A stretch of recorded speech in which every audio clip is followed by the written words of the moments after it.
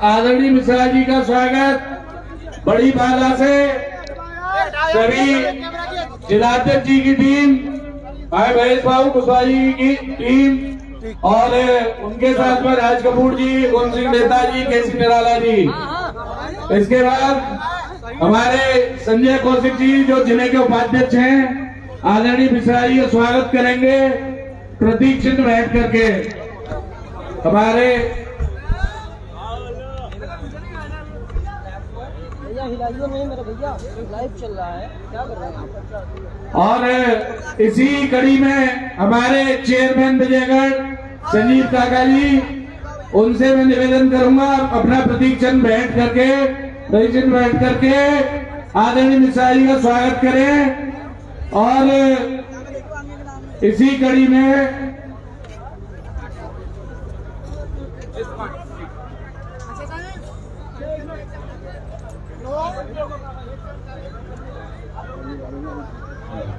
हमारे डॉक्टर अरविंद शर्मा जी, प्रभारी प्रत्याशी सादाबाद विधानसभा से,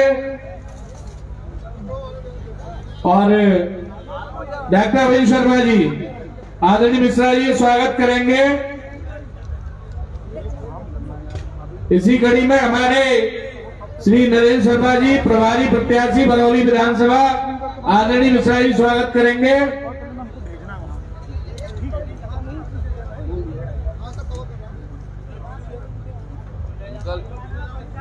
हेलो अंकल, साइड हो जाइए, क्या कर रहे हैं आप भाई। आपके सामने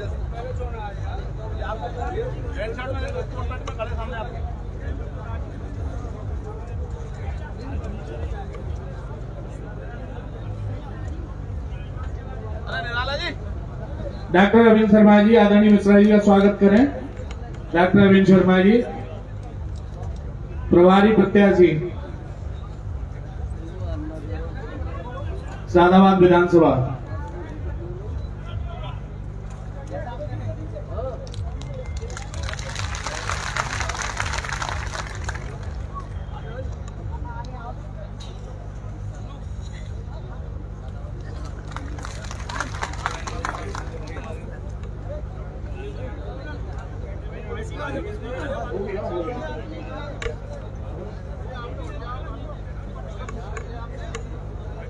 चौधरी तेजपाल सिंह जी जाट समाज से, और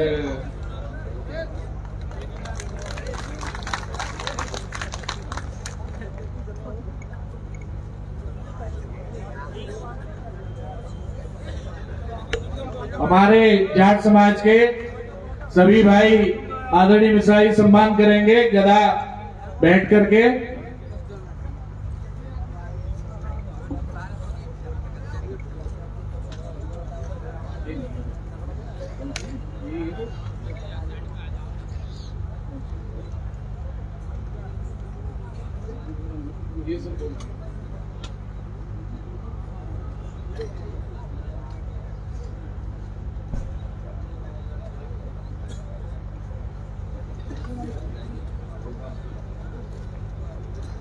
उत्साह भारद्वाज जी प्रतीक चिन्ह बैठ करके आदरणीय मिश्रा जी का सम्मान करेंगे। और हाथरस की टीम हमारे बड़े भाई दिनेश कुमार देशमुख जी, सौवी कुरैशी जी, दामोदर सिंह प्रधान जी, भगवान सिंह कुशवाहा जी, और इंद्रजीत सिंह जी, और श्री भगवान सिंह जी, सभी सम्मानित साथ रवि चौधरी, सतीश चंद जी, सतीश चंद्र वशिष्ठ जी, और भगवती प्रसाद बाबू जी वरिष्ठ नेता बसपा, गोपाल बघेल जी बसपा नेता, ये सभी आदरणीय मिश्रा जी सम्मान करेंगे बड़ी माला के साथ। बोल दिया।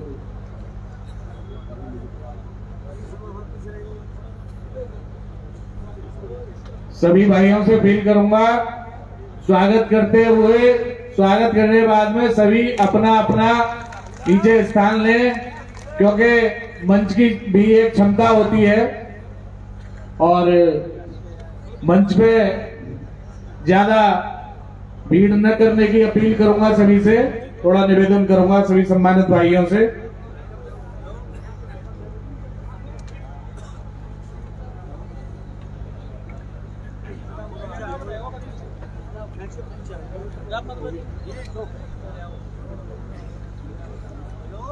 जाट समाज की तरफ से पूरी हमारे चौधरी साहब की टीम आदरणीय मिश्रा जी का स्वागत करेगी गदा चिन्ह बैठ करके।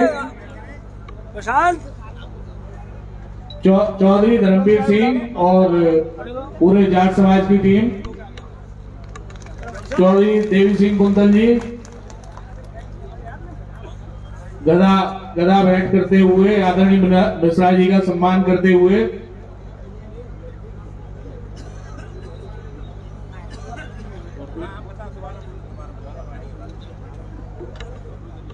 और मैं अनुरोध करना चाहूंगा, जो आज तक लोकदल में कार्य कर रहे थे, बहुत ही मजबूत स्तंभ की तरह हमारे जिम्मेदार भाई एस जलालुद्दीन जी, वो मंच पे आके अपना स्थान ग्रहण कर ले।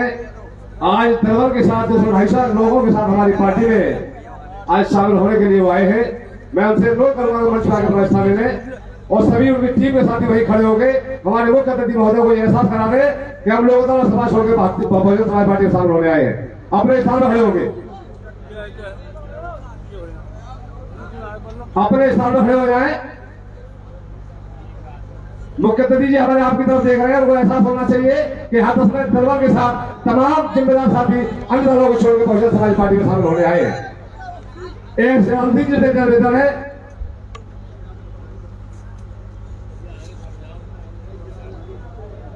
आने दीजिए आने दीजिए आने दीजिए।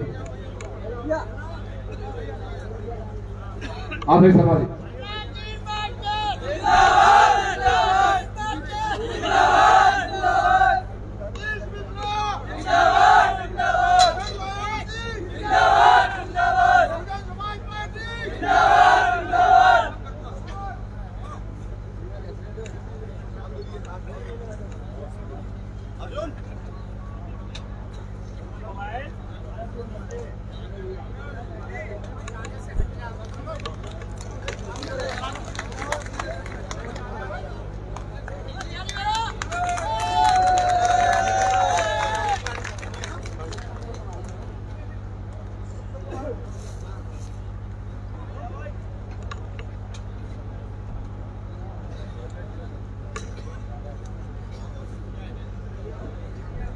बहुत सुंदर मेरे भाई एस जलालुद्दीन जी ने लोकदल छोड़ के बहुजन समाज पार्टी ज्वाइन करी अपनी टीम के साथ।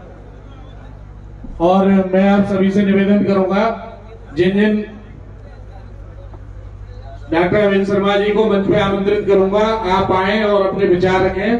डॉक्टर अविन शर्मा।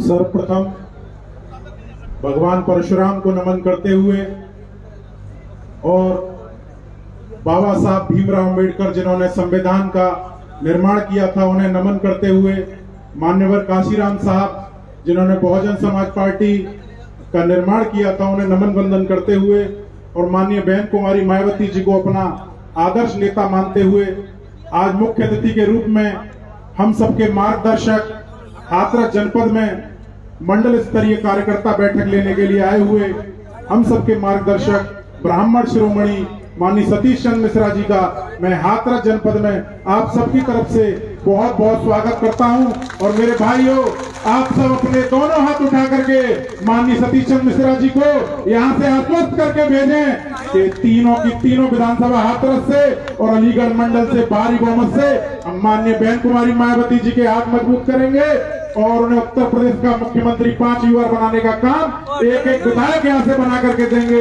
मेरे भाइयों, अपने दोनों हाथ ऊपर करके माननीय मिश्रा जी को यहाँ से आश्वस्त करके भेजिए।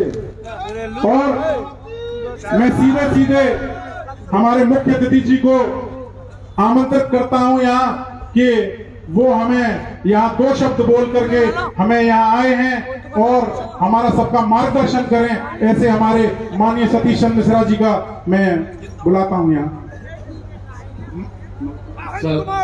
आदरणीय पूर्व कैबिनेट मंत्री श्री नकुल दुबे जी से मैं निवेदन करूंगा कि डायस पे आके हमारी जनता को संबोधित करने का काम करें। आदरणीय श्री नकुल दुबे।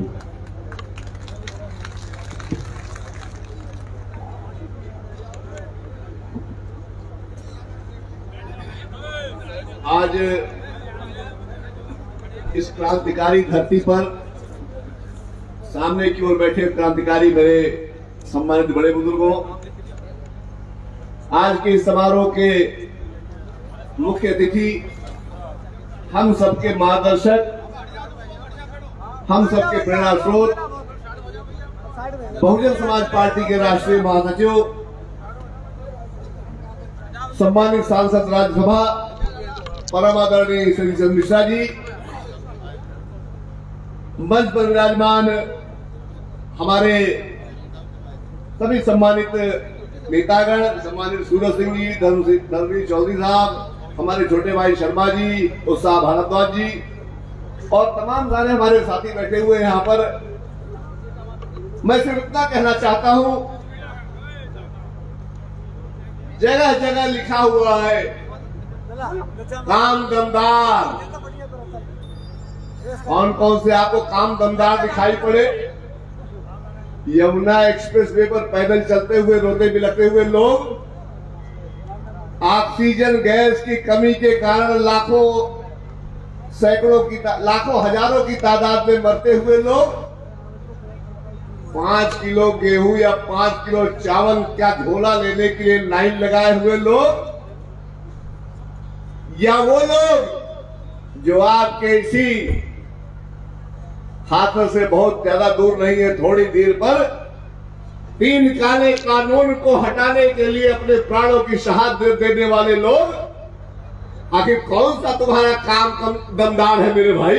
आप लोगों की भी जानकारी में अगर कोई काम दमदार हो तो सोचिएगा जरूर, और हो सके तो हम लोगों को बताने का भी काम करने का। कहते हैं काम दमदार, और उसके आगे क्या हो जाए आप लोगों को भी याद हो गया होगा, लेकिन मैं आप सबसे एक बात जरूर कह देना चाहता हूं। स्लोगन भले ही आप अपने दिमाग में रखिएगा, लेकिन इस भावना से नहीं कि इनको हम लोगों ने बर्दाश्त कर लिया है, बल्कि इस भावना से याद रखिएगा कि आने वाली 2022 में तुमको तुम्हारे काम के साथ अगर उत्तर प्रदेश की सीमा से पार नहीं पहुंचा दिया तो हम सबके बहुजन समाज पार्टी के सच्चे सिपाही हैं। ये संकल्प हमारा आज होना ही चाहिए। आज 9 दिसंबर की तारीख है, बहुत क्रांतिकारी तारीख है। आज हो सकता है किसान आंदोलन समाप्त हो जाए, लेकिन ये भाजपाइयों, जो तुमने उत्पात किया है समाजवादी पार्टी के इशारे पर, समाजवादी पार्टी के साथ मिलकर के, मैं तो कहता हूँ उस अत्याचार का बदला लेने के लिए आज हाथी पूरी तरह से तैयार हो गया है। हाथी चिघाड़ने लगा है, हाथी ललकारने लगा है कि आने वाले 1-1.5 महीने में जब चुनाव आएंगे तो हम सब लोग हाथी के सामने वाला बटन दबा करके, जितने भी हमारे यहाँ प्रत्याशी बैठे हुए हैं, जितने भी हमारे प्रत्याशी बैठे हुए, चाहे वो अमन शर्मा जी हो, चाहे हमारे काका जी हो, चाहे हमारे अन्य प्रत्याशी हो, सबको भारी तादाद में हाथी के सामने वाला बटन दबा करके सिर्फ विधायक ही नहीं बनाएंगे, आदरणीय बहन कुमारी मायावती जी को 5वीं बार मुख्यमंत्री बनाने का काम करेंगे। आप सब लोग माननीय मुख्यमंत्री महोदय को सुनने के लिए आतुर है, तत्पर है।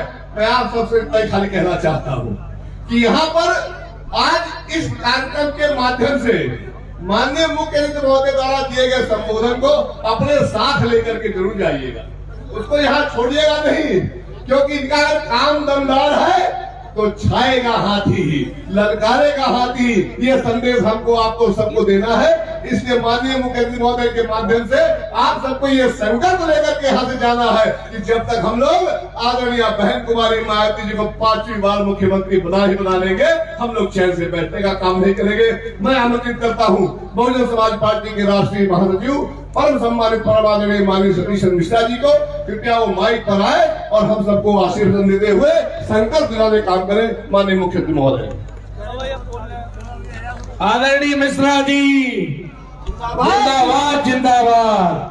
बहुजन समाज पार्टी जिंदाबाद, जिंदाबाद। बहन कुमारी मायावती जी जिंदाबाद, जिंदाबाद। बहन कुमारी मायावती जी जिंदाबाद, जिंदाबाद। बहुजन समाज पार्टी जिंदाबाद, जिंदाबाद। आदरणीय सतीश चंद्र मिश्रा जी जिंदाबाद, जिंदाबाद। आदरणीय सतीश चंद्र मिश्रा जी जिंदाबाद, जिंदाबाद। मिश्रा जी संघर्ष करो, हम आपके साथ हैं। मिश्रा जी संघर्ष करो, हम आपके साथ हैं। मिश्रा जी संघर्ष करो। हम आपके साथ हैं। हाथी नहीं गणेश है, गंगा विष्णु महेश है। हाथी नहीं गणेश है। गंगा विष्णु महेश है। ब्राह्मण संघ बजाएगा, हाथी लखनऊ जाएगा। ब्राह्मण संघ बजाएगा, हाथी आगे बढ़ाएगा। आदरणीय मिश्रा जी।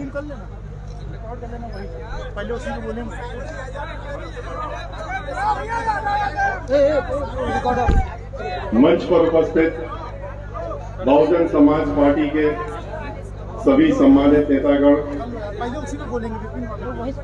सर्वप्रथम अपनी बात शुरू करने के पहले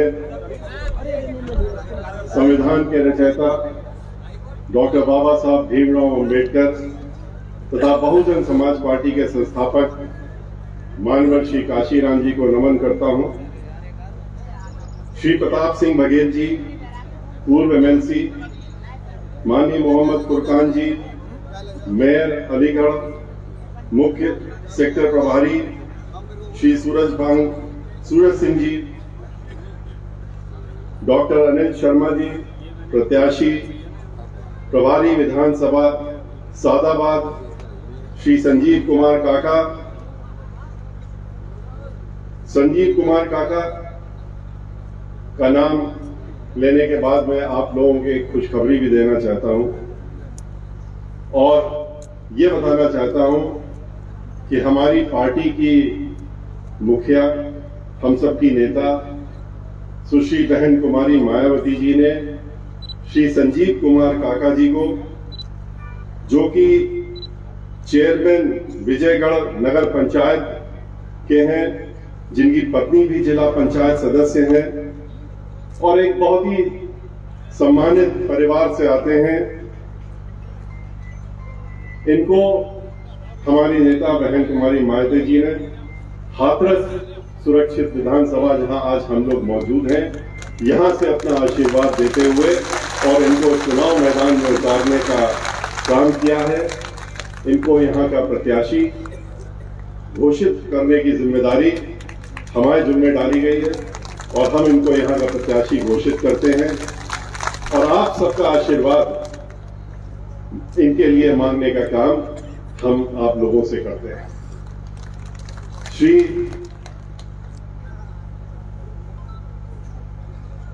नीरज मिश्रा जी, जो प्रत्याशी हैं और प्रभारी हैं विधानसभा पटियाली के,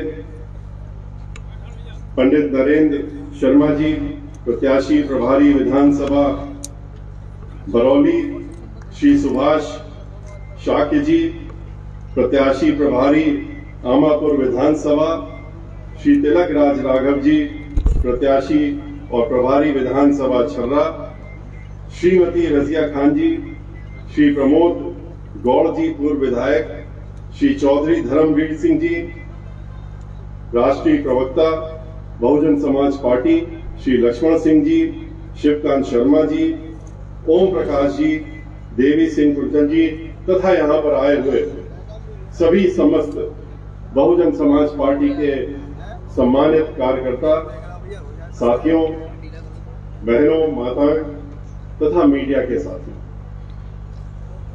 भाइयों, आपके सामने हमारे साथियों ने बहुत विस्तार से अपनी बातें रखी, लेकिन कुछ बातें हैं जो कि हम भी आपसे अलग से करना चाहेंगे और उनमें से खास तौर से हम आज जो उत्तर प्रदेश की सरकार चल रही है और जो सरकार उत्तर प्रदेश में भारतीय जनता पार्टी की चल रही है उसके संबंध में, और इसके पहले जो सरकार यहां थी समाजवादी पार्टी की, उसके संबंध में, हालांकि इनके बारे में ज्यादा कुछ कहने की जरूरत नहीं है और खास तौर से हाथरस के लोगों से तो ऐसे भी ज्यादा कुछ बताने की जरूरत नहीं, उनको बहुत अच्छी तरीके से इनके क्रियाकलाप मालूम है और इनकी करनी और कथनी इससे भी अच्छी तरह से आप लोग वाकिफ हैं। ये ऐसी सरकारें रही है, दोनों समाजवादी पार्टी की जो सरकार रही वो आपने 5 साल देखा कि जैसे ही जिस दिन से सरकार बनी उसी दिन से उत्तर प्रदेश का माहौल बदल गया। उत्तर प्रदेश में जो एक कानून द्वारा कानून का राज 5 वर्षों तक 2007 से लेकर 12 तक स्थापित किया था बहन मायावती जी ने, उसको खत्म करने का काम उन्होंने आते ही पहले दिन से शुरू कर दिया। और किस तरह से उत्तर प्रदेश में गुंडागर्दी, माफियागर्दी, दहशतगर्दी, डकैती, फिरौती, बलात्कार, लोगों की रोजगार छीनना, हर तरह का काम जो था वो उत्तर प्रदेश में 5 साल चलता रहा। और उसके ऊपर सबसे ज्यादा क्या चल रहा था, पूरे उत्तर प्रदेश में दंगे और फसाद। दंगे फसाद एक दो हो तो बताया जाए, सैकड़ों को पार करने का काम समाजवादी पार्टी की सरकार में दंगों का हुआ था। और दंगे कैसे होते हैं, दंगे कराए तो नहीं जाते हैं, दंगे कौन लोग कराते हैं, दंगे अपने आप नहीं होते, दंगे कौन लोग कराते हैं, जिनको की राजनीति करनी होती और जिनको नहीं करनी होती राजनीति दंगों से, वो दंगे नहीं कराते। सुश्री बहन मायावती जी उनमें से हैं जिनके 5 साल के कार्यकाल में एक भी दंगा फसाद नहीं हुआ। 5 साल में पूरे उत्तर प्रदेश में अमन चैन की शांति रही। 5 साल में भाईचारा बन करके रहा। 5 साल में कोई आपस में लड़ाई झगड़ा नहीं हुआ। तो आखिर क्यों अगले 5 सालों में ये सब रोजाना सुनने को मिलता था? और वो इसीलिए क्योंकि ये जो दंगे थे उस दौरान में कराए जाए। समाजवादी पार्टी की सोची समझी रणनीति होती थी और भारतीय जनता पार्टी के साथ में मिलकर के होती थी। ये दोनों ही पार्टियां मिलकर के काम करती हैं। आज भी अगर इनका कोई भी कार्यक्रम होता है तो आपस में सोच समझ करके और तय करके होता है कि किस तरह की भाषा का इस्तेमाल करना है जिससे कि दंगा फैले, किस तरह की बात करनी है, किस तरह का काम करना है जिससे कि लोग भड़कें। ये दोनों पार्टियां सोच करके करती हैं और इसीलिए ये आपस में मिली रहती हैं। हम लोग इसीलिए कहते हैं कि दोनों पार्टियां एक ही सिक्के के दो पहलू। आपको याद होगा 2003 में समाजवादी पार्टी की जो सरकार थी, जो बनी थी, वो किसने बनवाई थी? वो भारतीय जनता पार्टी ने बनवाई। भारतीय जनता पार्टी ने बहुजन समाज पार्टी के 37 एमएलए हमारी पार्टी के जोर जबरदस्ती के साथ में तोड़ करके और उसके बाद उन्होंने विलय कराने का काम उनके तत्कालीन अध्यक्ष विधानसभा ने किया था। और उसके बाद समूची भारतीय जनता पार्टी ने अपना समर्थन कांग्रेस पार्टी के साथ मिलकर के और समाजवादी पार्टी को दिया था, जिससे कि बहुजन समाज पार्टी की सरकार बाहर हो जाए।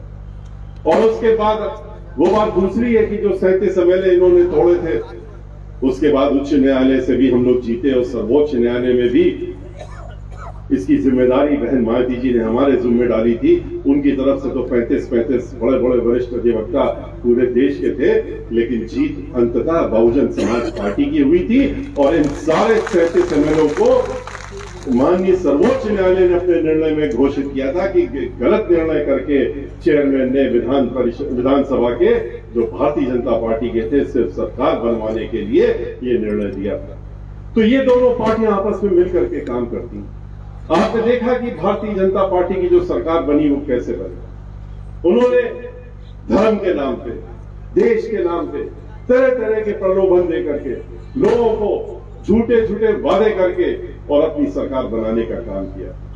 उन्होंने कहा कि हम महिलाओं को सुरक्षा देंगे, महिलाओं से वादा किया, सबसे वादा किया, अलग अलग किया। महिलाओं से कहा कि हम सुरक्षा देंगे। कौन सी सुरक्षा दी महिलाओं को? महिलाओं के बारे में सुरक्षा देने की बात करने वाली भारतीय जनता पार्टी। आज हम लोग हाथरस जिले में खड़े हुए। हाथरस जिले को तो पूरा देश ही नहीं, पूरी दुनिया उसके नाम पे हाथरस जिले का एक काला धब्बा सबके सामने है और उत्तर प्रदेश के नाम पे जाता है और भारतीय जनता पार्टी के नाम पे जाता है, जहां हमारी एक बेटी के साथ में पहले बलात्कार होता है और बलात्कार होने के बाद में उसको मार दिया जाता है। जब वो मर जाती है तो उसका शरीर भी उसके घर वालों को नहीं दिया जाता। और यहां से इसमें तारीफ रहने वाली बात नहीं है, अफसोस बनाने वाली बात है। यहां से बहुत ही 4 किलोमीटर की दूर का हादसा है धूलगढ़ी का, जहां पर उसके घर वाले, परिवार वाले रोते रहे, बिलखते रहे कि तुमने जो कुछ करना था कर दिया, कम से कम इसका मृत शरीर तो हमको दे दो जिससे हम उसका दाह संस्कार कर सकें। लेकिन ऐसी सरकार के मुखिया उत्तर प्रदेश में बैठे हैं जिन्होंने कहा कि नहीं, अपने पुलिस वालों को आदेश दिया, निर्देश दिया कि किसी हालत में भी उसका शरीर उनके घर वालों को नहीं मिलना चाहिए, और उसको ले जाकर के रात के 2-2:30 बजे वो कहते रहे कि हम देख रहे हैं, हमारी देखते हुए हम टेलीविजन में और अपने उसमें देख रहे हैं कि तुम लोग जला रहे हो कि नहीं जला रहे हो, और पुलिस वालों को मजबूरन वहां जाकर के जिला मजिस्ट्रेट की मौजूदगी में उन्होंने उसको मिट्टी का तेल डाल करके आग लगाने का काम किया। घर वालों को कमरे में बंद कर दिया, सिक्जे के अंदर बंद कर दिया, उनको बाहर देखने का भी मौका नहीं दिया। ऐसी उत्तर प्रदेश की सरकार जिसमें सिर्फ इसलिए क्योंकि उनके अपने चहेते उसमें थे जो मुलजिम थे, उन्होंने कहा कि किसी हालत में इसका शरीर नहीं मिलना चाहिए, क्योंकि याद रखना कि हमारे चहेते लोग हैं जो इसमें मुलजिम बनाए गए हैं, हम लोगों के अपने लोग हैं, और इसलिए उनको बचाना जरूरी है, इसलिए इसको आग के हवाले तुम लोग खुद कर दो। ऐसी संवेदनहीन सरकार उत्तर प्रदेश की। हाथरस का तो इन्होंने अड्डा बना दिया है। महिलाओं के उत्पीड़न का एक किस्सा हो तो बताएं। स्वर्गीय रेणु शर्मा जी ब्राह्मण समाज से, जो कि पूर्व ब्लॉक प्रमुख थी, उनको क्या किया, उनके साथ में क्या किया, उनको पहले जेल में बंद कर दिया फर्जी मुकदमे में एक महिला को, और बंद करने के बाद फिर क्या किया कि उसके बाद बेल हो गई। जब बेल मिल गई तो जेल से नहीं छूटने दिया, और अंततः जेल के अंदर उसकी मृत्यु हो गई। जब मृत्यु हो गई तब जाके इनको चैन मिला। ये ऐसी सरकार जिसने हाथरस को तो एक ऐसा सैंपल बना दिया है पूरे देश के लिए कि जहां उत्तर प्रदेश में महिलाओं का उत्पीड़न हो रहा है तो हाथरस का लोग नाम न भूलने पाए। यहीं से करीब में ब्राह्मण समाज की एक खुशी दुबे का के पति को तो मार दिया आपने एनकाउंटर में, यहीं से थोड़ी दूर पे मारा था, और लोगों को मार दिया। खुशी दुबे 16 साल की 16.5 साल की लड़की, उसकी 2 दिन पहले शादी होती है, और शादी के बाद उसके हाथों की मेहंदी भी नहीं छूटी थी, और उसको ले जाकर के जेल में बंद कर दिया। कहा ये तो बहुत बड़ी माफिया है। 1 दिन पहले वो ब्याह करके आई थी उस घर में, और उसको उठा के ले जाकर के बंद कर दिया। आज पूरे 1.5 वर्ष हो गए और उसको जेल से बाहर नहीं आने दिया, क्योंकि मुख्यमंत्री कहते हैं कि इस पे मेरी निगाह स्वयं की है और इस लड़की को बाहर नहीं आना चाहिए। इतना ही नहीं, उस परिवार की जो अन्य महिलाएं थी, एक के तो 6 साल की लड़का और 3 साल की लड़की थी साथ में, उसको भी जेल में बंद कर दिया। बच्चों के साथ में घर में काम करने वाली महिला, उसको भी बंद कर दिया, और आज तक जेल से बाहर नहीं आने दिया। ये कह रहे थे वोट मांग रहे थे महिलाओं के नाम पे, सुरक्षा के नाम पे वोट मांगा था। उत्तर प्रदेश में 50% से ज्यादा वोटर जो है और जो लोग हैं वो महिलाएं हैं, और ऐसी सुरक्षा दी है जहां हर 2 घंटे में, ये हम नहीं कह रहे हैं, ये इनकी खुद की सरकारी रिपोर्ट कहती है एनसीआरबी की, कि हर 2 घंटे में उत्तर प्रदेश में एक महिला के साथ में बलात्कार होता है, उसके साथ में दुराचार होता है। ये सुरक्षा मांगी थी। याद करिए बहन मायावती जी का जमाना, जब वो मुख्यमंत्री थी, रात के 12 बजे भी अगर किसी महिला को घर से निकलने की आवश्यकता पड़ जाती थी किसी काम की वजह से, वो हिचकिचाती नहीं थी, घर से बाहर निकल जाती थी। और इसलिए निकल जाती थी बगैर डरे बगैर हिचके, क्योंकि उसको मालूम था कि उत्तर प्रदेश की मुखिया बहन मायावती जी हैं, और इसलिए किसी की मजाल नहीं है कि हमारी तरफ बुरी निगाह उठा करके देख ले। इन्होंने किसानों से कहा कि हम तुम्हारी आमदनी 2 गुनी कर देंगे, हमारे साथ में आ जाओ, हमको वोट दे दो। उन्होंने वोट दे दिया। उन्होंने सोचा कि हमारी आमदनी 2 गुना कर रहे हैं। क्या क्या किसानों के साथ में पूरे देश ने देखा, पूरे विदेश में लोगों ने देखा। उनकी आमदनी तो छोड़िए 2 गुना करना, उनकी आमदनी को तो 0 पहुंचाने का काम कर दिया, और उसके साथ साथ में उनकी जमीनों पर भी निगाह लग गई। उनके जो कुछ चुनिंदा उद्योगपति हैं देश के, जो इनको हजारों करोड़ रुपया चुनाव के नाम पे देते हैं और चंदा देते हैं, उन जिनके हाथों में उन्होंने पूरे देश को बेच दिया है, आज देश की हर संपत्ति को उनके हाथों में बेचने का काम कर दिया है। उन्होंने इनसे कहा कि हमने देश की तो हर संपत्ति खरीद ली, चाहे वो रेल हो, चाहे वो तेल हो, चाहे वो बिजली घर हो, और चाहे वो हवाई जहाज बनाने वाली कंपनी हो, जो कि मिलिट्री में जहां पर हवाई जहाज का इस्तेमाल होते हैं उनको बनाने वाली कंपनी हो, जहां जो भी हो वो सारा का सारा इंश्योरेंस कंपनी तक बेच दी, बैंक तक बेच दिया, सभी कुछ बेचने का काम कर दिया। और उन्होंने कहा कि अब सब कुछ तो मिल गया, लेकिन अभी जमीन नहीं मिली। और जमीन तो तब मिलेगी जब किसानों की जमीन हमको दोगे। इन्होंने ऐसे 3 काले कानून बनाए जिसका विरोध हम लोगों ने संसद के अंदर भी किया, संसद के बाहर भी किया, फिर किसानों ने आंदोलन किया और ऐसे 3 काले कानून बनाए जिसके तहत में मजबूरन किसानों को पट्टा देना पड़ेगा अपनी जमीनों का, और पट्टा देने के बाद वो जमीन कभी वापस आने वाली नहीं, क्योंकि ऐसे लोगों के हाथ में जाएगी, बड़े बड़े उद्योगपतियों के हाथ में, न जिनसे आप लड़ सकते हैं, न जिनसे जमीन वापस ले सकते हैं। और उसके बाद पहले साल तो कहेंगे कि अनाज का पैसा दे रहे हैं, आपको उपज का पैसा दे रहे हैं, दूसरे साल क्या कहेंगे कि उपज नहीं हुई इसलिए नहीं दे सकते, तीसरे साल कहेंगे खाद अच्छी नहीं थी, बाढ़ आ गई, सूखा पड़ गया, और उसके बाद जमीन हमेशा के लिए चली गई। किसान इस बात को समझ गया, उससे आंदोलन किया और उसने पूरे देश में आंदोलन करने का काम किया। पूरे 15 महीने तक इन्होंने उनको हर तरह से प्रताड़ित करने का काम किया।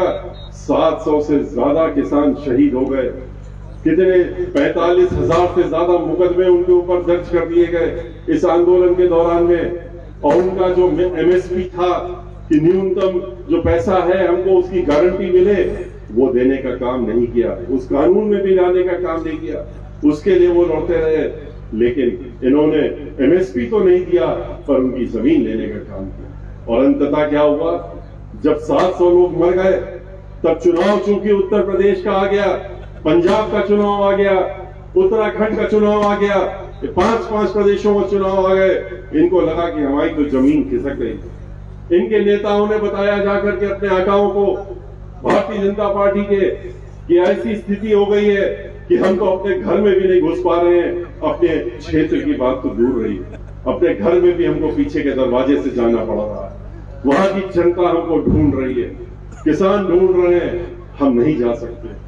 तो इन्होंने फिर कब कानून वापस लिए, जब इन्होंने जितनी बर्बरता कर सकते थे, और हद तो तब कर दी जब आंदोलन कर रहे किसान जो घर वापस लौट रहे थे, वो लखीमपुर खीरी में उनके ऊपर गाड़ी तक रौंदने का काम किया। 4 किसानों को तो कुचल के मारने का काम किया और कितनों को, अनेकों को घायल करने का काम किया। और जो कानून भी वापस लेने का काम किया, मुकदमे वापस नहीं लिए, MSP नहीं दी, और कहते हैं कि हम जो लोग मर गए उनके लिए कोई भी इन्होंने ऐसा मुआवजा देने की बात नहीं कही जो कि देने की बात हम लोग इनसे कह रहे थे।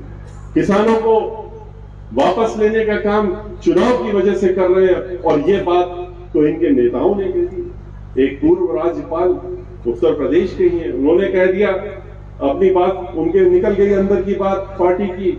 और उसके बाद तो 2-3 नेताओं ने भी इनके बड़े बड़े, और जो आपके यहां पर इस क्षेत्र के आसपास के लोग हैं नेता, उन्होंने भी कह दिया कि ये कानून तो बहुत अच्छा था, किसान ना समझ थे, उनको समझ नहीं है, वो समझ नहीं आती है, इसलिए वो समझ नहीं पाए, इसलिए हमने अभी कानून वापस ले लिया, फिलहाल के लिए कानून वापस ले लिया। इसके मतलब क्या है कि चुनाव खत्म होते ही उन कानूनों को फिर से वापस लादा जाएगा।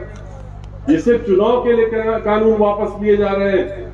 हमारे किसान भाइयों को ये ध्यान में रखने की जरूरत है, और इसीलिए इनको सबक सिखाने के लिए इनको अब की बार मौका आपके हाथ में आया है, हमारे किसान भाइयों के हाथ में आया है कि वो अब की बार अपना बैलेट का इस्तेमाल करके और हाथी के निशान पर अपना मोहर लगा करके इनको बाहर का रास्ता दिखाने का काम करके इनको सबक सिखाने का काम करें।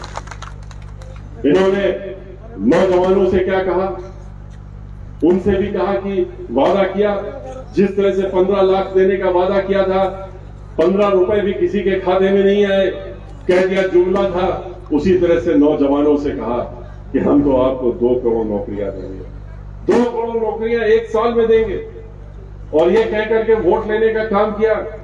पूरे प्रदेश में, पूरे देश में लोग बेरोजगार घूम रहे नौजवान, जिनके माताओं पिताओं ने अपने पूरे जीवन की पूंजी लगा करके उनको पढ़ा करके बड़ी बड़ी डिग्रियां दिलाई, PhD कराया, सब कराया कि ये नौकरी करेंगे और परिवार को चलाने का काम करेंगे और हम लोगों का नाम रोशन करेंगे। इन्होंने क्या किया, इन्होंने नौकरी तो नहीं दी उनको, उन्होंने नौकरियां लेने का काम किया।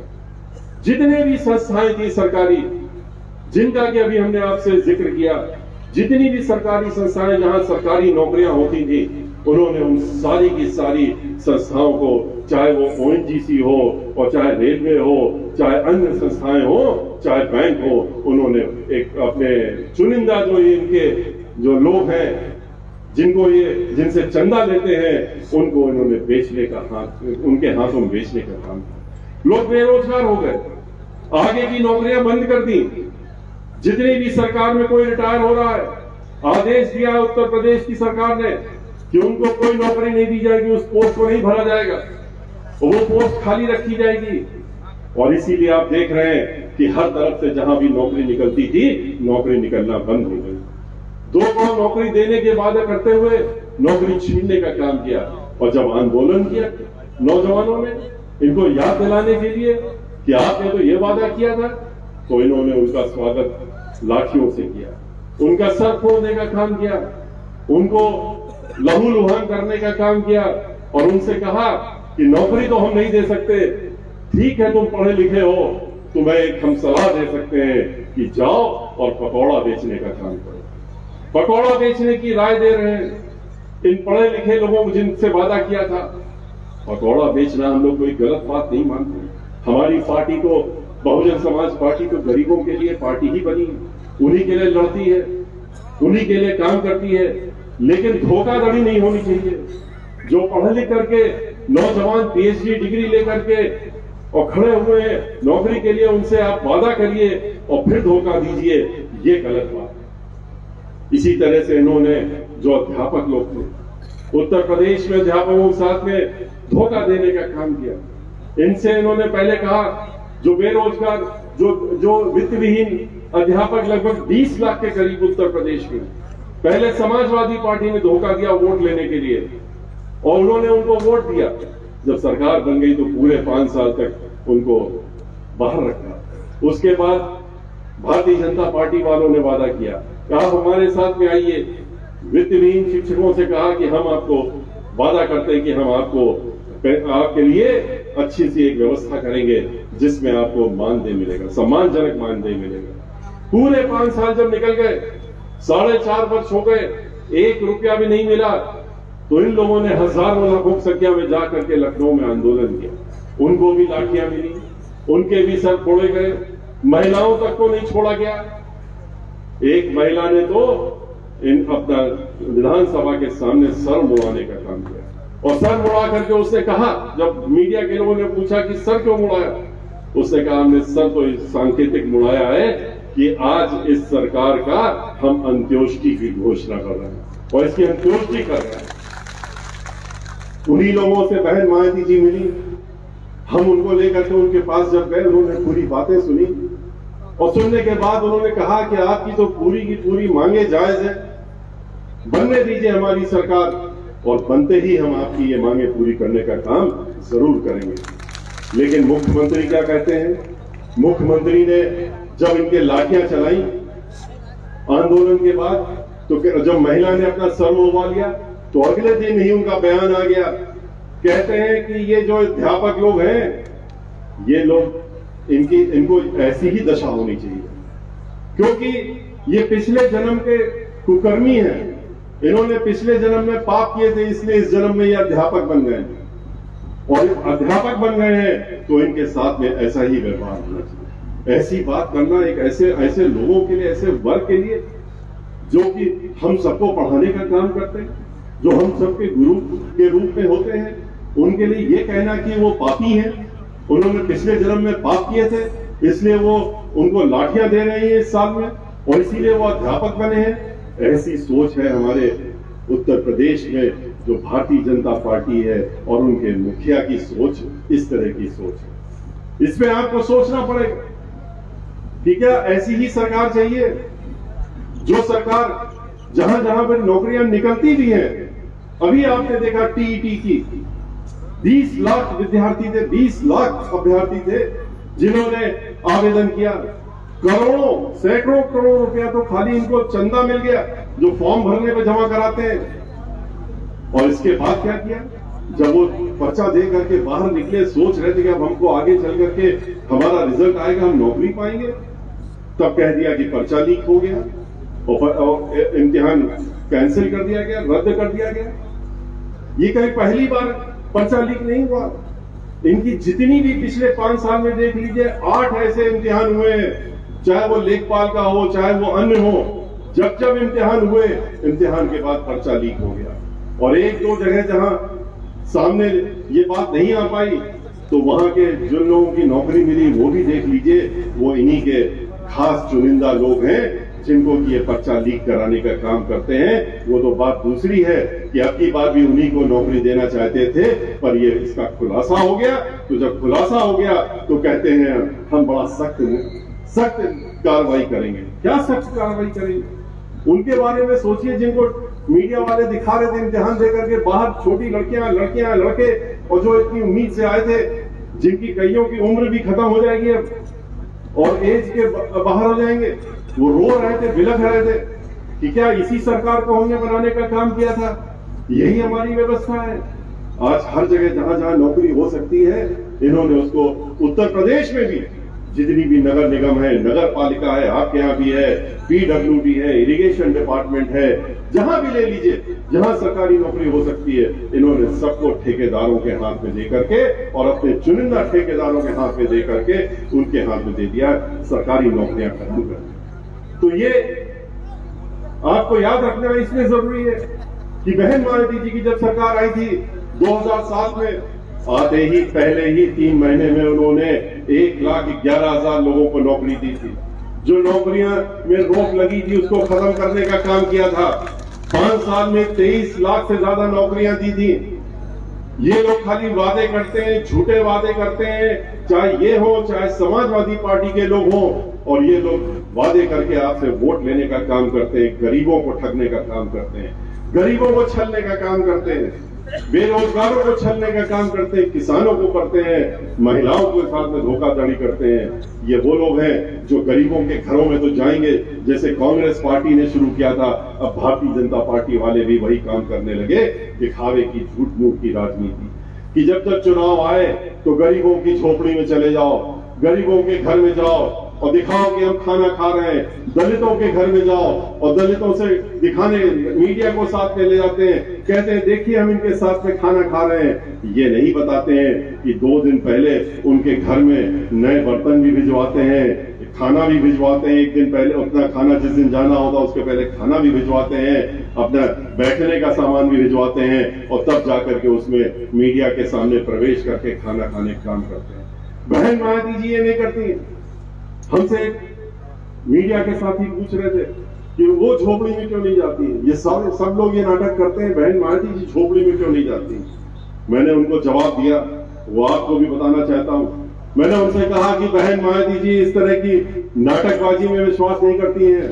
बहन मायावती जी झोपड़ियों में नहीं जाती हैं। बहन मायावती जी तो जो लोग झोपड़ी में रहते हैं उनको झोपड़ी से बाहर निकाल करके और पक्के मकान देने का काम करती हैं, उनको रोजगार देने का काम करती हैं, उनका जीवन ठीक करने का काम करती हैं। 2-2 कमरे के पक्के मकान, 1-2 नहीं, लाखों की संख्या में 20 लाख मकान तो उन्होंने 2 ही वर्षों में देने का काम किया था, झोपड़ियों से निकाल करके और मुफ्त में 2-2 कमरे के मकान दे करके उनको भेजने का काम मानवर काशीराम जी के नाम से योजना चलाई थी, उन्होंने देने का काम किया। बहन मायावती जी ने महिलाओं के लिए अनेकों अनेक योजनाएं बनाई थी। वृद्ध महिलाएं हो, किसी भी जात की हो, किसी भी धर्म की हो, हर एक के घर में जा करके एक अभियान चला करके जो घर की परिवार की मुखिया महिला थी उसके हाथों में बहन मायावती जी ने हर महीने पैसे भिजवाने का योजना बना करके और 500 रुपए से शुरुआत करके उसको बढ़ाने का काम किया था। पूरे उत्तर प्रदेश में लाखों की संख्या में देने का काम किया था। गरीब परिवार में कोई भी लड़की पैदा होती थी, किसी भी जात की हो, किसी भी धर्म की हो, पैदा होते ही उसके घर में जिला अधिकारी को निर्देश था कि अपने अधिकारी को भेजो, जैसे ही सूचना मिले उसके घर में जाकर के और एक उसको बैंक ड्राफ्ट देने का काम करे, जिससे कि लड़की जब 18 वर्ष की हो तो उसके खाते में 1 लाख रुपया उसको जमा मिले और उसका जीवन पर्सन जब तक वो पढ़ाई कर रही है, उसकी मुफ्त पढ़ाई हो, उसकी डिग्री जब तक नहीं मिल जाती, नौकरी नहीं पाती, तब तक उसका इंतजाम करने का काम सरकार करेगी और इसकी योजना बनाने का काम, पैसा देने का काम किया। उन्होंने वृद्धा जो पेंशन थी उसको कई गुना बढ़ाने का काम किया। उन्होंने हर तरह की जो गरीबों से संबंधित योजनाएं थी उसको बढ़ाने का काम, किसी जात में हो, किसी धर्म के, उन्होंने हर तरीके से विकास पूरे प्रदेश में फैलाने का काम किया। 29,500 गांव, 29,500 डॉक्टर अम्बेडकर गांव को सीसी रोड के साथ में करते हुए और पूरा समग्र विकास करने का काम बहन मायावती जी ने किया। और 29,500 उन्होंने वहां पर प्राइमरी स्कूल बनवाने का काम किया। जूनियर हाई स्कूल उन्होंने 5,500 पूरे उत्तर प्रदेश बनाने का काम किया। आधा दर्जन से ज्यादा यूनिवर्सिटी, और ऐसी यूनिवर्सिटी नहीं, अंतरराष्ट्रीय स्तर की यूनिवर्सिटियां बनाने का काम बहन मायावती जी ने किया। मेडिकल कॉलेज बनाने का काम किया। हर जिले में नए अस्पताल बनाने का काम किया। गरीब लड़कियों के लिए पढ़ाई और गरीब लड़कों के लिए पढ़ाई की व्यवस्था मुफ्त करने का काम किया। जो बच्चे गरीब कंपटीशन में आना चाहते हैं उनके लिए जिले जिले में उन्होंने वहां पर व्यवस्था, उनके रहने की और उनकी कोचिंग करने की व्यवस्था बनाई, जिससे कि वो पढ़ लिख करके और वो भी आगे चल करके औरों के साथ कंधे से कंधा मिला करके, जो लोग जिनको पढ़ाई लिखाई करने की अपनी सुविधा उनके घर वालों से मिल जाती है, उनके साथ में बराबरी के साथ में खड़े होकर के अपना जीवन यापन कर सके। इन सरकारों की तरह नहीं, चाहे वो समाजवादी पार्टी की सरकार हो और चाहे भारतीय जनता पार्टी की सरकार हो, कि जब जब चुनाव आने लगे तो कभी लैपटॉप दिखाने लगो, कभी मोबाइल दिखाने लगो और कहो इन बेरोजगार लड़कों से कि आइए हम आपको, लड़कियों से कि हम आपको लैपटॉप दे रहे हैं और मोबाइल दे रहे हैं। 5,000 का मोबाइल, 10,000 का लैपटॉप आपने दे करके वोट खरीदने की कोशिश की। बहन मायावती जी कहती हैं कि हम उनको ऐसी ताकत देना चाहते हैं, उनको नौकरी देना चाहते हैं, जिससे कि हर महीने वो 40 से 50,000 रुपया कमाने का अपने खुद का मादा रख सके और अपना जीवन सम्मानजनक, किसी के हाथों फैला करके नहीं, अपना जीवन खुद चलाने की अपनी ताकत और क्षमता रखे। इस तरह की योजनाएं बहन मायावती जी ने बनाई। इसलिए भाइयों, आपको इनसे सतर्क रहने की जरूरत है। ये आपके बीच में आएंगे, धर्म के नाम पे आपसे वोट मांगने का काम करेंगे, भड़काने का काम करेंगे और उसके बाद क्या करेंगे, ये धर्म की जगह सबसे बड़े अधर्मी साबित होने का काम जो उन्होंने 5 वर्षों में किया है, वो आगे भी करने का काम है। कौन सा धर्म का काम किया इन्होंने, कभी पूछिए तो इनसे। मैंने तो पूरे उत्तर प्रदेश में, हम आपके जिले में भी आ चुके हैं अभी 2 महीने पहले, और हमने आपके बीच में विस्तार से बातें रखी थी कि धर्म के बारे में। मुखौटा जो मैंने खोला था, हमने तो अयोध्या से शुरू किया था, इसीलिए अयोध्या के नाम पे वोट मांगना, वृंदावन के नाम पे वोट मांगना, अब शुरू किया मथुरा के नाम पे वोट मांगना, वाराणसी के नाम पे। इन्होंने करा क्या इन स्थानों पर, सिवाय धर्म के और कुछ नहीं किया है। माननीय सर्वोच्च न्यायालय का निर्णय हुआ तब वो राम मंदिर बनने की बात उठी है और इन्होंने तो उसमें कोई योगदान देने का काम नहीं किया। 2 वर्ष से ज्यादा हो रहे हैं निर्णय आए हुए, लेकिन 2 वर्ष होने के बाद भी अभी तो न्यू डालना तब शुरू किया है जब हम अयोध्या 23 जुलाई को गए थे और हमने पूरे अयोध्या में घूम करके देखने के बाद कहा था कि कहाँ है वो मंदिर जिसको कह रहे थे हम बनाने जा रहे हैं। यहाँ तो न्यू भी नहीं खुदी है, खाली 4 ईंटें रख करके और वहां पर शिला पूजन किया था। वो ईंटें भी सरयू नदी में फेंकने का काम किया। अयोध्या की सड़कों में जाकर के देखा हमने, जितनी गंदगी, जिस तरह के बदहाल अयोध्या शहर है, कोई भी आप खराब से खराब भी शहर ले लीजिए, उतना खराब नहीं मिलेगा जितना अयोध्या का हालत इन्होंने बना रखी है। और इन स्थानों पर काम किसने किया है तो सिर्फ बहन मायावती जी ने किया। अयोध्या में चाहे सरयू नदी की घाट हो, अयोध्या में चाहे वहां पर सीवर लाइन बिछाने की बात हो, वाटर लाइन बिछाने की बात हो, और चाहे वो सीवेज ट्रीटमेंट प्लांट करोड़ों रुपए खर्च करने की बात हो, वो सब बहन मायावती जी ने बनाने का काम किया था। इसी तरह से वाराणसी में भी इन्होंने तो जाके 110 मंदिर तोड़ दिए। एक कॉरिडोर बनाने के लिए विदेश से एक कंपनी ला करके वहां पर मॉल बनाने जा रहे हैं। जो आस्था का स्थान था उसको खत्म करने का काम किया है। वहां पर जो स्थापित मूर्तियां थी पहले से, जो कि छुई नहीं जा सकती थी क्योंकि वो तो स्थापना की हुई मूर्तियां थी, उनको भी हटाने का काम किया। 1000 वर्ष पुराना वहां पर जो पेड़ था, बरगद का पेड़, जिसमें कहते हैं कि ब्रह्मा विष्णु महेश तीनों वास करते हैं उसको भी इन्होंने बुलडोजर लगा करके उखाड़ के फेंकने का काम किया, क्योंकि सौंदर्यीकरण है। लोग मंदिरों में आस्था के लिए जाते हैं, लोग वहां पर सौंदर्यीकरण देखने नहीं जाते हैं। ये वहां पर शौचालय, उसके पास में 100 से ज्यादा मॉल का एक जो बना रहे हैं, उसके अंदर शौचालय बन रहे हैं, मॉल बन रहे हैं, दुकानें बन रही हैं, वहां पर घूमने के लिए सैर सपाटे का इंतजाम हो रहा है। ऐसे ही इन्होंने बनारस के साथ में वृंदावन में भी किया। वृंदावन में इन्होंने कुछ भी नहीं किया। मथुरा में आज तक मथुरा का नाम अचानक से याद आने लगा मुख्यमंत्री जी को। उनसे पूछिए तो इसके पहले मथुरा का नाम कभी याद आया उनको? मथुरा से तो इनके मेंबर ऑफ पार्लियामेंट भी, मथुरा से इनके एमएलए भी, मथुरा में क्या काम किया इन्होंने? वृंदावन में जो हालात थे वो मैंने देखे थे। वृंदावन तो हम बचपन से आते आ रहे हैं, लेकिन जब सरकार हाथ में आई 2007 में जब मौका मिला, तो जब हमने वहां के हालात के बारे में बहन मायावती जी को बताया, तो उन्होंने तुरंत कहा कि इसकी जिम्मेदारी हम आपके हाथों में छोड़ रहे हैं और जाइए वृंदावन का समग्र विकास करने का काम करिए। और जब वहां पर हम गए तो हमने वहां के सबको, अधिकारियों को, वहां के संतों महात्माओं सबसे वार्ता की, हमें क्या कमी है आपके पास? उन्होंने कहा कमी क्या है, यहाँ पर है क्या ये तो पूछिए। न यहाँ सीवर लाइन है, न यहाँ पानी वाटर लाइन है, न यहाँ बिजली घर है, न यहाँ बस का अड्डा है, न यहाँ मेले की व्यवस्था है, न यहाँ हॉस्पिटल है, न यहाँ पर वृद्धाश्रम है। यहाँ पर है क्या? जो रास्ता हम लोगों का परिक्रमा का है वो भी नहीं है, वो भी टूटा फूटा है। तो यहाँ पर है क्या? उसके बाद हमने ये बातें जब बहन मायावती जी के सामने रखी, उन्होंने उसी समय निर्णय लेकर के 550 करोड़ रुपया वृंदावन के नाम पे उन्होंने देने का काम किया। और ये सारी चीजें जो मैंने अभी आपसे नाम लिया है, एक एक करके सब चीजों को बनवाने का काम हम लोगों की सरकार में हुआ। और ये आज वहां पर आप जाते हैं तो आपको खुद दिखता है, चाहे वो 29.5 किलोमीटर की परिक्रमा सड़क हो, चाहे वहां पर जो भी व्यवस्था हो, चाहे वो हॉस्पिटल हो, वृद्धा आश्रम हो, बिजली घर हो, मेला घोषित कर, सारा का सारा काम बहन मायावती जी की सरकार में हुआ। ये तो खाली आते हैं वोट के नाम पे लोगों को भड़का करके और धर्म के नाम पर वोट मांगने के लिए। इनसे पूछिए कि जब ये राम का नाम लेते हैं तो ये सीता का नाम लेने में क्यों हिचकते हैं? जवाब नहीं देंगे। पूरे उत्तर प्रदेश में घूम करके हमने इनसे पूछा, हमने कहा कभी जवाब दे दीजिए, क्या महिलाओं से इतना चिढ़ते हैं? क्या आप मां सीता का नाम भी लेने में हिचकिचाते हैं?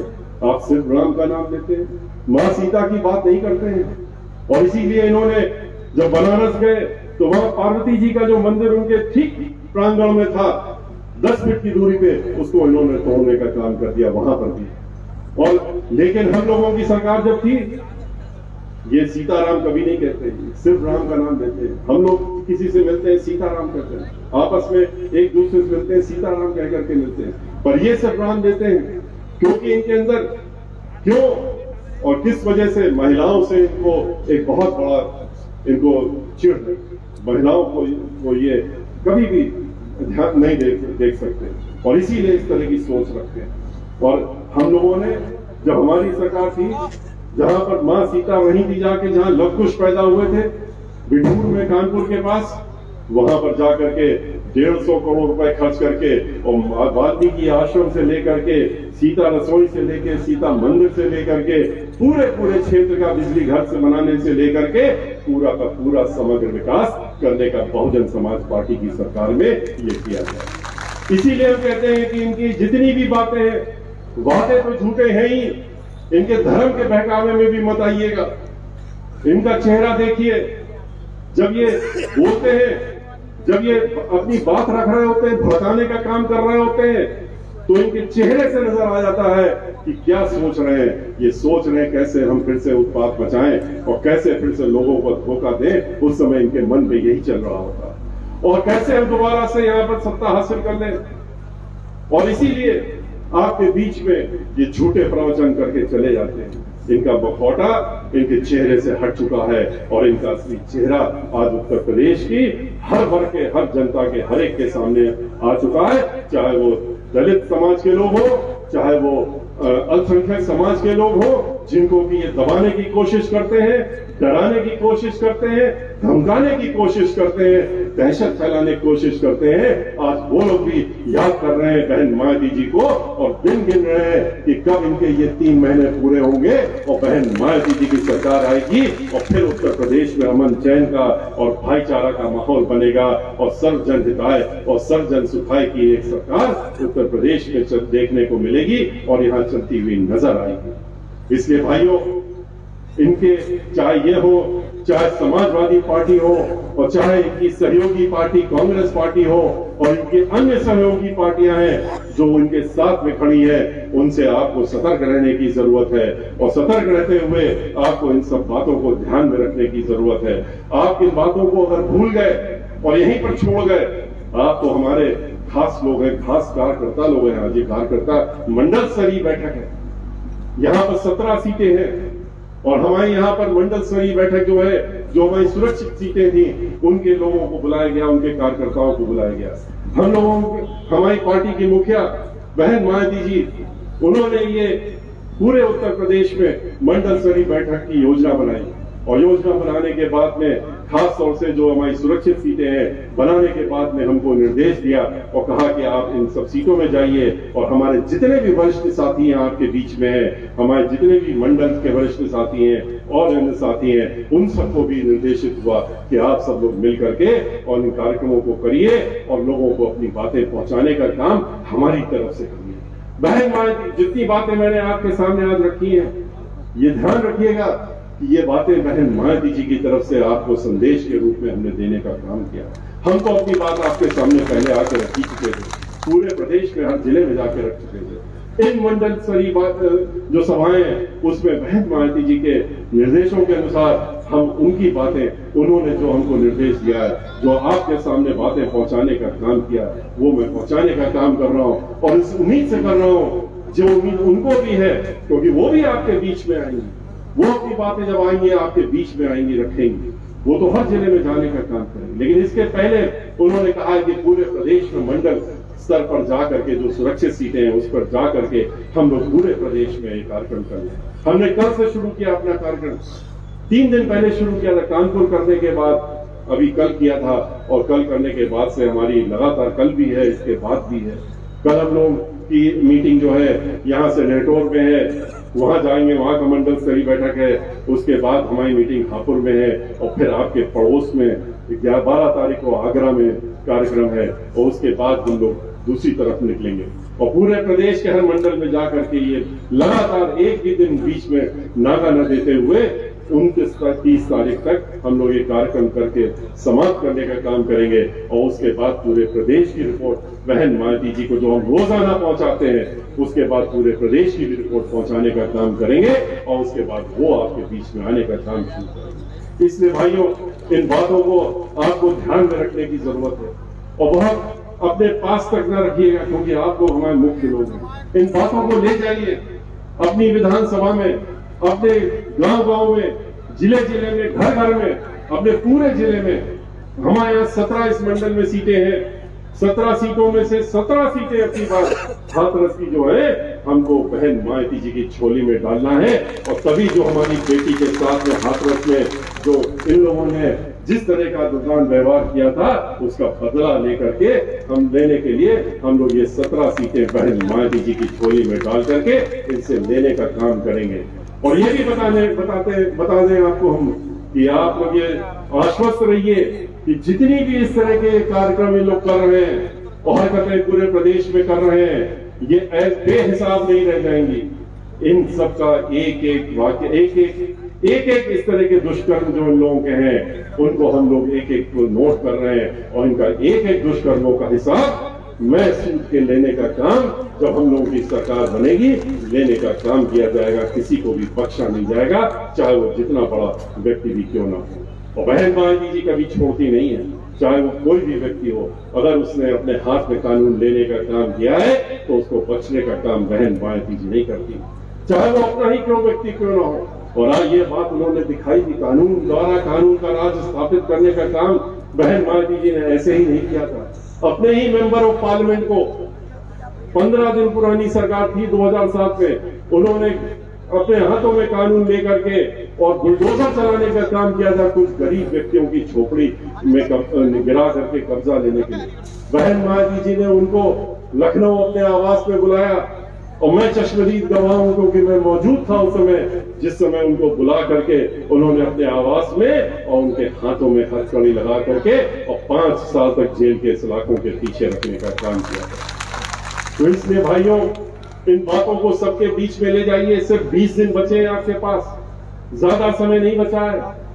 आपने 5 साल तो कष्ट उठाए हैं और इंतजार किया है कि कब ये समय आएगा जब आप अपना काम दिखा सके और बहुजन समाज पार्टी की सरकार बनवा सके।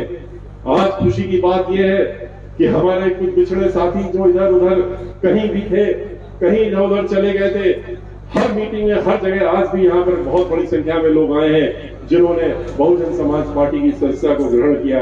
बहुत से लोग कुछ इधर चले गए, कुछ इधर, सब आज बहन मायावती जी के साथ में। और ऐसे ही नहीं, हम लोगों के पास 2 वोट रहते हैं, चाहे हमारी एक भी सीट हो चाहे ना हो, क्योंकि जहां तक दलित समाज के लोग हैं वो तो बहन मायावती जी के पीछे एक पहाड़ की तरह खड़े रहते हैं, एक चट्टान की तरह खड़े रहते हैं और वो हिलते डुलते नहीं है। और जो अन्य समाज के लोग हैं, जो पिछड़े वर्ग के समाज हैं, अल्पसंख्यक समाज के लोग हैं, अपर कास्ट समाज के लोग हैं और उसमें भी खास तौर से ब्राह्मण समाज के लोग हैं जिनसे हम अपनी वार्ता पहले कर चुके हैं, आज वो सब लोग भी इंतजार कर रहे हैं कि कब मौका आए और अब की बार हम अपनी पूर्ण बहुमत की सरकार बनाने का काम करें। इसलिए इन बातों को लोगों के पास पहुंचाइए और इतनी ताकत लगाइए अगले 20 दिनों में, क्योंकि 1 या 2 जनवरी को चुनाव की घोषणा हो जाएगी। ऐसा ना हो कि बाद में आप अपने हाथ मलते रह जाएं और कहें कि वो 20 दिन हमने गंवा दिए।